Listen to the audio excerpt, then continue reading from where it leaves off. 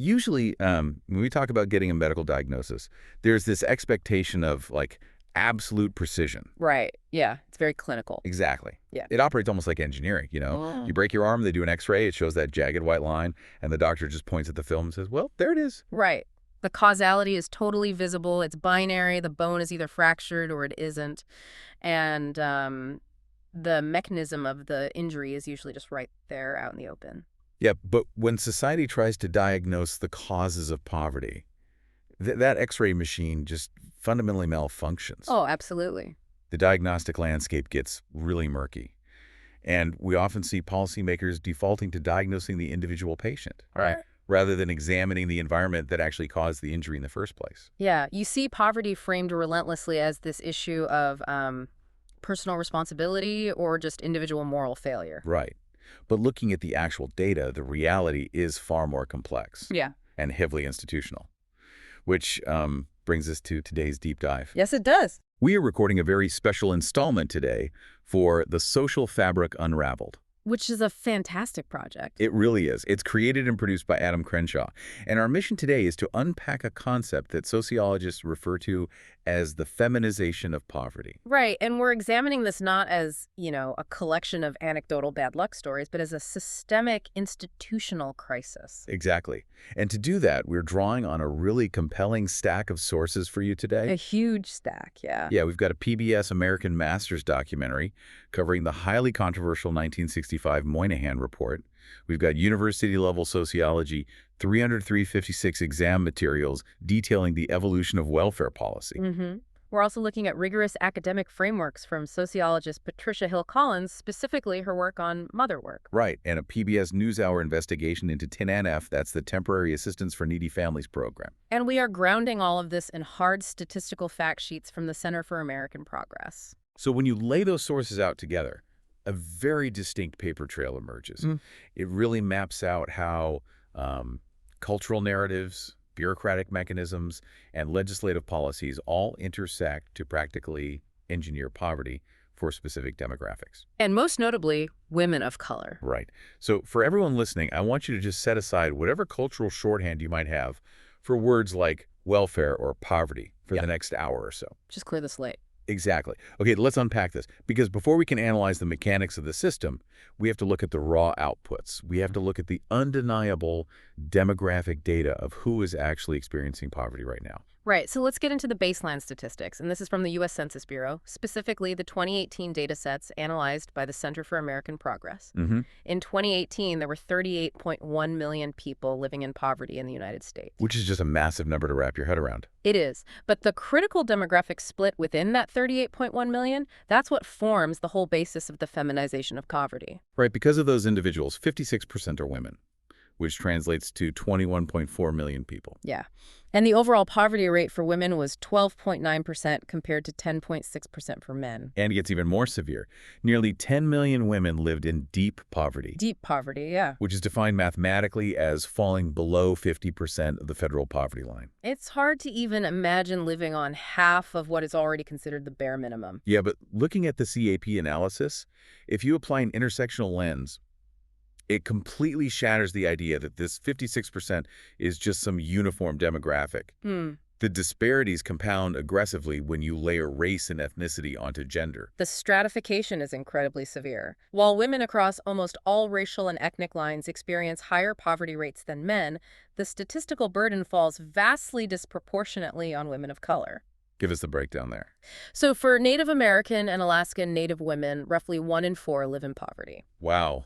25%. Yeah, that 25% is the highest rate of poverty among any racial or ethnic group, period, male or female. And the disproportionality just continues across the board. The data points out that Latinas constitute roughly 18.1% of the total U.S. female population, but they make up 27.1% of the women living in poverty. That's a huge overrepresentation. It is, and Black women represent 12.8% of the female population, yet they account for 22.3% of women in poverty. So the immediate analytical question we have to ask is, what is the underlying mechanism actually driving that disparity? Right, what's the engine here? And the sources consistently point to the gender wage gap as a primary driver. But, the wage gap is often discussed as this flat average, right? People always throw out that familiar 82 cents. to the dollar figure. And like it's a universal experience. Exactly. But the CIP data shows that for Black women, that number falls to 62 cents. For Native American women, it's 57 cents. And for Latinas, it drops to 54 cents compared to white, non-Hispanic men. So to understand how that drives systemic poverty, we really have to look at how that gap operates mechanically over time, because it isn't just a static deficit on a single paycheck. No, it's not just like missing 46 cents today. It's the lost compound interest of that 46 cents over 40 years. Right. It functions much like reverse compound interest. It's an economic snowball rolling downhill. But the snow is debt and lost opportunity. I mean, if your baseline income is functionally halved, your ability to absorb an economic shock, like a medical bill or a broken down car, it's just mathematically eliminated. Completely wiped out. And that restricts the ability to secure stable housing. Yep, which dictates the quality of the school district. Which then dictates the future earning potential of the children. It is a compounding, multi-generational deficit. But what drives that baseline wage gap? Because it isn't simply a matter of women being paid less for the exact same executive role, right? Even though we know that happens. It definitely happens. But no, a massive structural driver identified in the data is what sociologists call occupational segregation. Okay, break that down for us. So occupational segregation is the systemic channeling of women, and particularly women of color, into specific, chronically undervalued sectors of the economy. Right. The 2018 data on this is striking.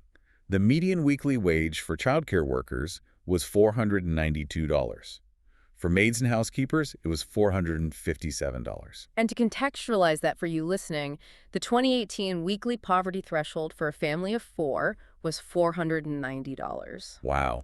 So you have full-time, labor-critical, essential infrastructural labor paying exactly $2 above the poverty line. Yeah. Women represent about 2/3 of workers earning the federal minimum wage and nearly 70% of tipped workers who are earning the sub-minimum wage. It really makes me think of this analogy. It's like we've put women, especially women of color, in a leaking boat, handed them a teacup to bail the water out while giving everyone else a giant bucket, and then we ask them why their feet are wet. That is a perfect way to visualize it. But I want to push you on this. Why a teacup? Like, why is this specific labor valued so poorly by the market? That's the profound economic contradiction here. The labor that allows the rest of the capitalist economy to function, right? Caregiving, cleaning, food preparation, early childhood education. The stuff that makes everything else possible. Exactly. It's assigned the absolute lowest market value. And economic historians trace this undervaluing directly back to the fact that this labor was historically extracted for free. Oh, right. It was performed by women in the home, or it was extracted through the forced labor of enslaved women, or it relied on highly exploitable, marginalized immigrant populations. So the open market has never actually had to price this labor competitively. Exactly. The prevailing economic architecture just assumes it should be a nearly infinite, inherently cheap resource. Which creates this brutal compounding feedback loop when you factor in the lack of systemic support. Oh, absolutely. Because the CIP data heavily emphasizes that the United States is totally distinct among industrialized nations in its lack of national paid family and medical leave. No universal paid sick leave. No publicly funded childcare. Right. So if a woman is occupationally segregated into a low-wage job with zero benefits, and a caregiving crisis occurs, say a child gets sick or an elderly parent needs assistance, she has absolutely no structural support. The mechanism of that failure forces a very specific outcome, doesn't it? It really does. Without paid leave, the caregiving burden disproportionately forces women to reduce their working hours. They have to transition to part-time roles that offer no workplace protections, or they just have to exit the labor force entirely. And the data totally reflects this. Among parents with children under 6, 25% of mothers work part-time, and 35% are out of the labor force entirely. Compared to what for fathers? It's just 4% and 5%. Wow. So they are pushed into poverty wage work, denied the flexibility to manage the inevitable demands of the private sphere, and then mathematically penalized for stepping back to handle those demands. It's just a cycle of compounding economic disadvantage. So we have this very clear data-driven picture of the contemporary reality. We see the mechanisms of the wage gap and occupational segregation producing this mass, highly racialized poverty among women. Yes. The next logical step in diagnosing this systemic issue is examining the ideological foundation, right? Right. Like, how do we arrive at a society that tolerates this? How did the legislative environment evolve to justify a safety net that functionally fails to catch this demographic? To map that out, our sociological materials point directly to a pivotal flashpoint in history, 1965. The Moynihan Report. Yes. Most listeners are probably familiar with the general fallout of this document, but looking specifically at the PBS American Masters documentary, what becomes analytically vital is the tension between what the report actually attempted to do and how its theories were ultimately weaponized by the broader culture. Let's contextualize 1965 for a second. Daniel Patrick Moynihan is working in the Department of Labor. The Civil Rights Act of 1964 has just passed, and the Voting Rights Act is on the horizon. The documentary notes that Moynihan recognized that dismantling of the legal framework of Jim Crow in the South wasn't going to just magically resolve the entrenched systemic economic devastation in northern urban centers. No, it wasn't. He looked at the draft data from the Cold War military buildup, actually. And that data showed a disproportionate number of young, impoverished black men failing the military's physical and mental exams. So he recognized a crisis. Yes, a crisis of chronic joblessness and urban poverty. He found that by 1960, nearly 24% of impoverished black families were headed by single parents, which was a rate significantly higher than the white demographic at the time. So he authors this internal government report titled The Negro Family, The Case for National Action. But the methodology Moynihan chose to frame his argument, that's what created the ideological earthquake. Yeah, the documentary details how Moynihan employed a dual analysis. He definitely included structural economic data, right? He explicitly discussed the brutal compounding effects of urbanization, chronic systemic joblessness, and the centuries-long legacy of legalized segregation. He did, but he deeply entangled that structural data with a highly subjective cultural analysis. And it was that cultural analysis that contained the language that would define the next half-century of social policy. Famously, he wrote, "At the heart of the deterioration of the fabric of Negro society is the deterioration of the Negro family." Wow. Yeah. He argued that the historical trauma of slavery and systemic economic exclusion had produced this cultural cycle, which he termed a tangle of pathology, where absent fathers and female-headed households were now internally reproducing the cycle of poverty. I mean, the reaction from the African-American activist community was incredibly sharp, and logically so. Oh, absolutely. The critique leveled at Moynihan was basically, how could a white intellectual release this right after centuries of government-sanctioned discrimination? Intentionally or not, the report functionally blamed marginalized individuals for the economic conditions engineered by the state. Exactly. Activists pointed out that after centuries of redlining and wealth extraction, having a government report conclude that the central problem was the internal family structure of the oppressed demographic, it just felt like the ultimate evasion of state responsibility. Yeah. Critics at the time, and subsequent sociologists, they argued that the black family structure and community networks were actually the mechanisms of survival. Right. They were the things that kept the demographic intact under the crushing weight of systemic racism. So to label those survival structures as a pathology just fundamentally misreads the sociological reality. Well, wait, I have a pointed question here. Okay. Moynihan claimed he wanted to show that unemployment wasn't just a dull statistic, right? Right. That it had, like, flesh and blood. So how did a report meant to demand massive government action morph into an excuse for government inaction? What's fascinating here is how rapidly political and media ecosystems can strip the nuance from an academic document to serve an ideological purpose. Oh, yeah. The report was an internal memo, but it leaked to the press, notably to syndicated columnists like Evans and Novak. And the media apparatus completely excised Moynihan's structural analysis regarding joblessness and discrimination. They just ignored it. Totally ignored it. They seized exclusively on the deterioration of the family narrative. And the timing of that leak really compounded the narrative shift. Almost immediately following the public circulation of those cultural theories, the Watts riots erupted in Los Angeles. And that timing was the crucible for modern welfare ideology. Politicians and pundits observed the civil unrest in Watts. They looked at the stripped-down media version of the Moynihan report, and they essentially flipped the causality. Instead of viewing the family stress and community fracturing as the symptom of systemic poverty and police violence, they framed the deterioration of the black family as the fundamental cause of the poverty and the riots. that is wild. The mechanism of that narrative shift is just profoundly important for you listening to understand. Because think about it. If a society collectively decides that poverty is caused by a systemic failure, like a lack of labor demand, then the state has an obligation to intervene with massive structural economic redistribution. Right. But if poverty is framed as a cultural failing, if it's just individuals making pathological choices regarding marriage and family, Then the state is completely absolved of its economic responsibility. The solution simply becomes correcting the moral behavior of the individual. exactly. And that ideological pivot laid the absolute foundation for dismantling the social safety net over the subsequent decades. It birthed the policy era that moved away from providing economic floors and towards policies designed to aggressively police and manage the behavior of low-income women. Which transitions us directly into how this ideology materialized into hard law, the policy shift. The sociological texts provided trace the direct lineage from the cultural blame established in the 60s straight to the creation of the welfare queen trope in the 1970s and 80s. Yeah, the welfare queen, a highly sensationalized, deeply racialized political myth. The caricature depicted an urban, usually black woman who was ostensibly living a life of luxury, driving a Cadillac, by intentionally defrauding the public assistance system and having multiple children out of wedlock, specifically to increase her government checks. And statistically, that caricature was entirely divorced from reality. Completely. During that era, the average recipient of welfare was actually a white woman with 2 children. But the factual inaccuracy of the trope didn't matter, did it? No, it was irrelevant to its political utility. It served as a highly effective narrative mechanism to manufacture public resentment toward the safety net.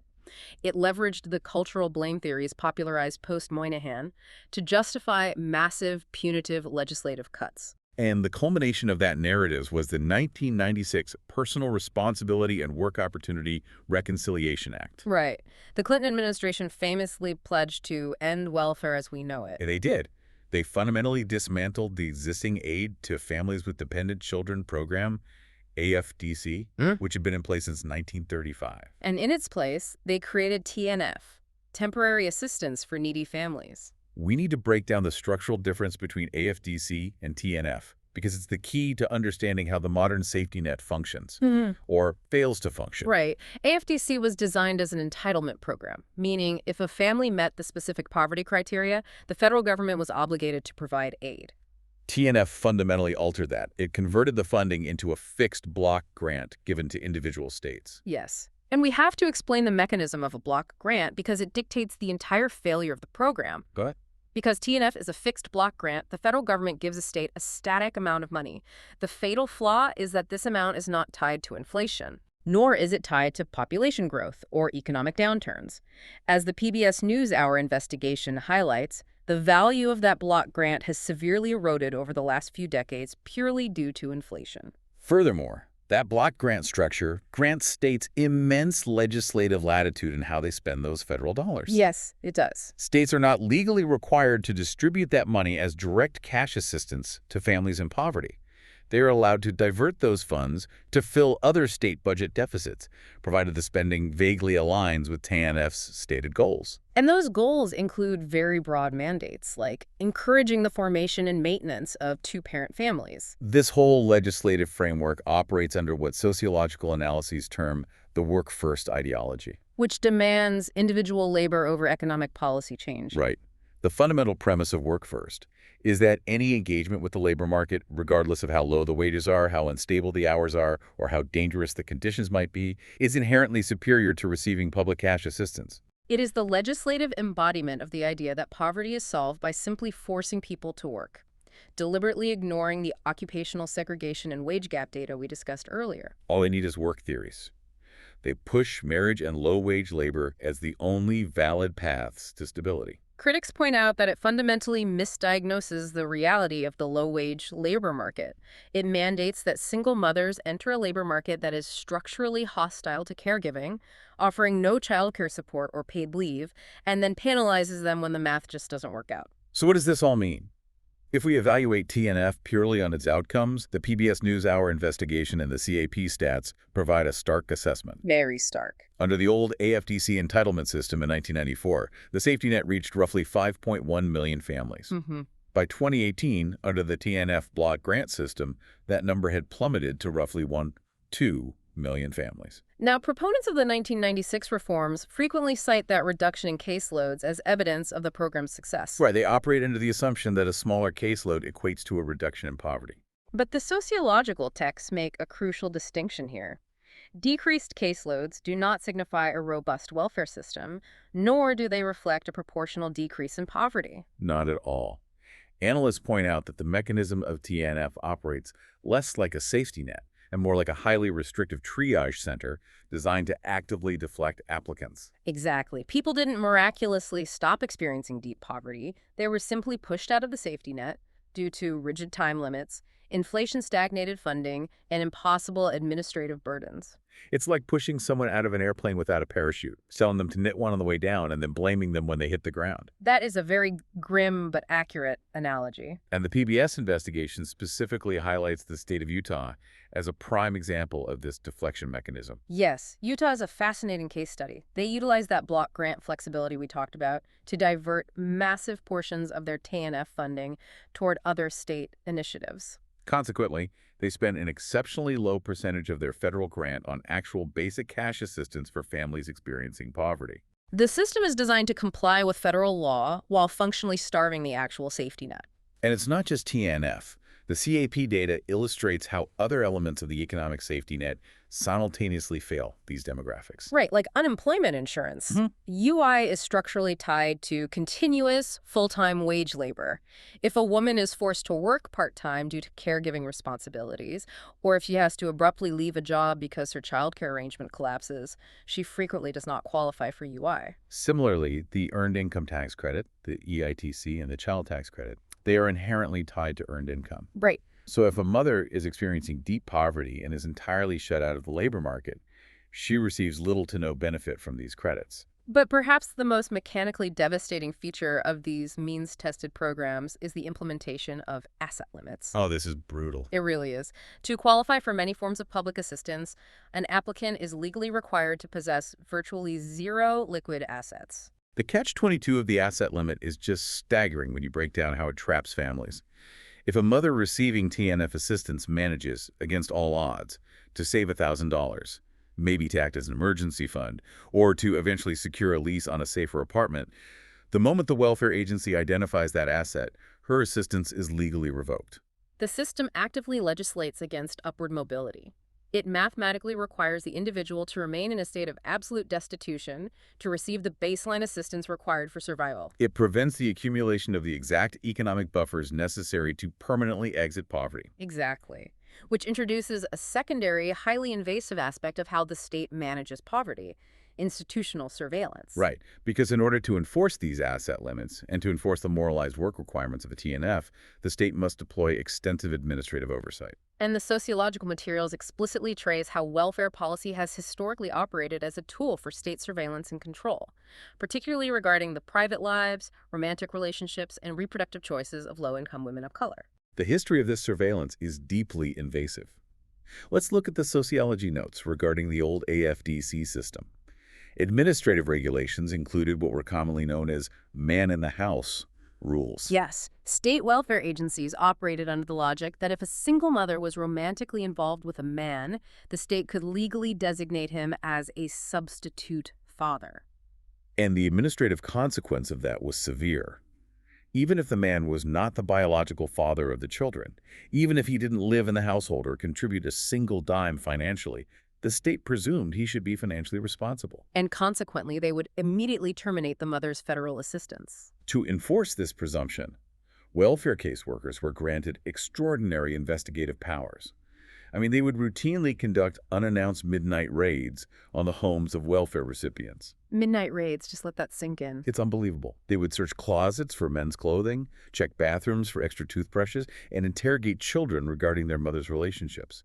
Altogether evidence of a male presence to justify severing financial aid. Analysts reviewing this history point out the glaring contradiction here. Yeah, if the stated legislative goal of the program is ostensibly the physical welfare of the child, why is the state acting like a private investigator looking into a mother's dating life and subsequently cutting off the child's food security? It fundamentally undermines the goal. It strongly suggests that the actual priority of the policy was the moral policing of low-income women, utilizing financial destitution as a punitive tool. Now, the overt physical surveillance of the man-in-the-house rules was legally challenged, culminating in the 1968 Supreme Court case King v. Smith. Right. The court ruled that states could not legally tie welfare assistance to the presence of a man who had no legal obligation to support the children. So, on paper, a victory for the privacy and autonomy of the recipients. Legally, yes. But sociologically, the texts argue that the legacy of that surveillance never truly vanished. It just evolved this methodology. Exactly. The university materials point out a profound divergence in how autonomy developed across class lines. During the 1970s, middle-class women experienced a significant expansion of legal and social autonomy. Right, gaining the right to open independent bank accounts, the introduction of no-fault divorce, and broader reproductive rights like Roe v. Wade. But the feminization of poverty dictates that low-income women, particularly women of color reliant on state assistance, did not experience that same trajectory of autonomy. The overt midnight raids were simply replaced by a labyrinth of bureaucratic and data-driven surveillance. Today, engaging with the safety net requires submitting to intense administrative scrutiny. Women applying for assistance are frequently required to disclose deeply intimate details regarding their sexual histories to establish paternity for state child support enforcement. They are subjected to mandatory drug testing in various jurisdictions. They must navigate endless, complex paperwork audits designed to track their hourly activities to satisfy those work-first requirements. The state continues to function as a highly intrusive overseer. It has simply traded physical raids for algorithmic compliance and administrative red tape. They are forced to barter their privacy and bodily autonomy in exchange for the absolute minimum resources required for survival. It is a profound, systemic penalization of single mothers. So the first half of this analysis paints an incredibly grim, highly structured picture. We've examined the statistical reality of the wage gap, occupational segregation, the Moynihan Report, TAN, block grants, and state surveillance. It's a lot. It is. And if we conclude the analysis here, we run the risk of reducing women of color to passive subjects entirely crushed by state machinery. But the sources provided demand a much wider lens. They really do. To fully understand the sociology of poverty, having thoroughly dismantled the systemic failures of state policy, we must pivot to look at the massive essential labor that these women are actively performing outside the parameters of state recognition. Which brings us to elevating the lens. We're introducing sociologist Patricia Hill Collins, specifically her foundational essay, Shifting the Center, Race, Class, and Feminist Theorizing About Motherhood. Collins's work requires a fundamental recalibration of how we define labor and resistance. To understand why her framework is so paradigm-shifting, we have to look at what she is shifting the center away from. Right. Traditional, predominantly white, middle-class feminist theory of the 20th century, typified by works like Betty Friedan's The Feminine Mystique, was largely constructed around a strict binary.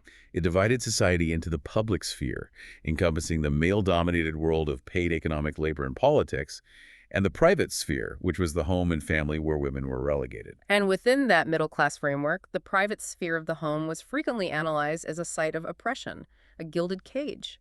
So the primary objective of that feminist movement was to secure the right for women to exit the private sphere and achieve equality within the public paid workforce. But if we connect this to the bigger picture, Collins argues that this binary framework completely disintegrates when applied to the historical and sociological realities of women of color. Because Native American, African American, Latina, and Asian American women have historically never been granted the luxury of being excluded from the public workforce. Exactly. They were already deeply embedded in it, frequently through brutal exploitation. They were working in agricultural fields under slavery or sharecropping systems, laboring as domestics in the homes of white families, or working long hours in industrial sweatshops. So because their labor was already heavily exploited in the public sphere, their relationship to the private sphere of the family was radically different. The home was not a site of patriarchal confinement from which they needed to escape. Rather, the family unit was a critical site of resistance. It was an institution they had to fiercely protect against a broader society and state apparatus that actively sought to dismantle it. Which introduces Collins' central, profound concept, motherwork. We need to clearly define how Collins distinguishes motherwork from standard definitions of parenting or domestic chores. Here's where it gets really interesting. It isn't just the second shift of chores that sociologists often talk about. No, not at all. Motherwork, as defined by Collins, transcends the biological act of reproduction or the daily tasks of household management. It is defined as the essential reproductive labor required to ensure the physical survival, the empowerment, and the cultural identity of bloodlines and communities operating under conditions of severe systemic oppression. The essay breaks this immense sociological labor down into three core themes. The historical examples she utilizes to illustrate these themes are vital to understanding this hidden economy of survival. Let's go through them. The first theme is physical survival. Now, for a financially secure demographic, the basic physical survival of a child is generally a given baseline. Parenting concerns might focus on psychological development or educational enrichment. But for racially and ethnically marginalized women, simply keeping children physically alive has historically required enormous strategic labor. Collins points to stark environmental and systemic realities to illustrate this. Like what? The historical realities of high infant mortality rates, systemic health disparities, and environmental racism like exposure to industrial pollutants or contaminated water in marginalized communities. It means that physical survival is a constant, active struggle. The text utilizes the testimony of Jessie Gay La Cruz, a Mexican-American woman who labored as a migrant farm worker. It demonstrates how motherwork operates at extreme economic conditions. She describes the grueling reality of bringing her younger siblings to the agricultural fields at dawn, placing them in a wooden box at the end of the row, while the rest of the family engaged in backbreaking labor just to generate enough collective income to survive. The act of mothering in this context cannot be separated from the brutal economic survival of the entire family unit. Right. And the essay also cites Sarah Brooks, a Black woman who describes working full-time in agricultural fields by the age of 11. These accounts shatter the middle-class assumption that childhood is a protected, isolated phase of development. When the economic reality requires the labor of children for the family's basic caloric survival, motherwork involves the incredibly difficult task of managing and mitigating that harsh reality. Which leads directly into Collins' second theme of motherwork, power and empowerment. Collins frames motherwork not as a passive caregiving role, but as a dialectical struggle against institutional control. The term dialectical struggle is crucial here. It implies a state of constant friction and negotiation. These mothers are simultaneously laboring to empower their children while actively fighting against powerful, state-sanctioned institutions designed to extract their power and subjugate their communities. The historical examples of this state intervention are harrowing. For Native American mothers, motherwork historically involved the terrifying reality of state agents physically removing children from their homes. Yes. The text references a fictionalized but historically accurate account by Beth Brandt, depicting a Native American mother in 1890, describing the trauma of government agents arriving with signed paperwork to take her son and daughter to a reservation boarding school. The explicit goal of these state-run institutions was cultural eradication, to strip the children of their language and identity. In that context, simply attempting to keep a child within the family unit is a massive exertion of power against the state. And that struggle against institutional usurpation extends across demographics.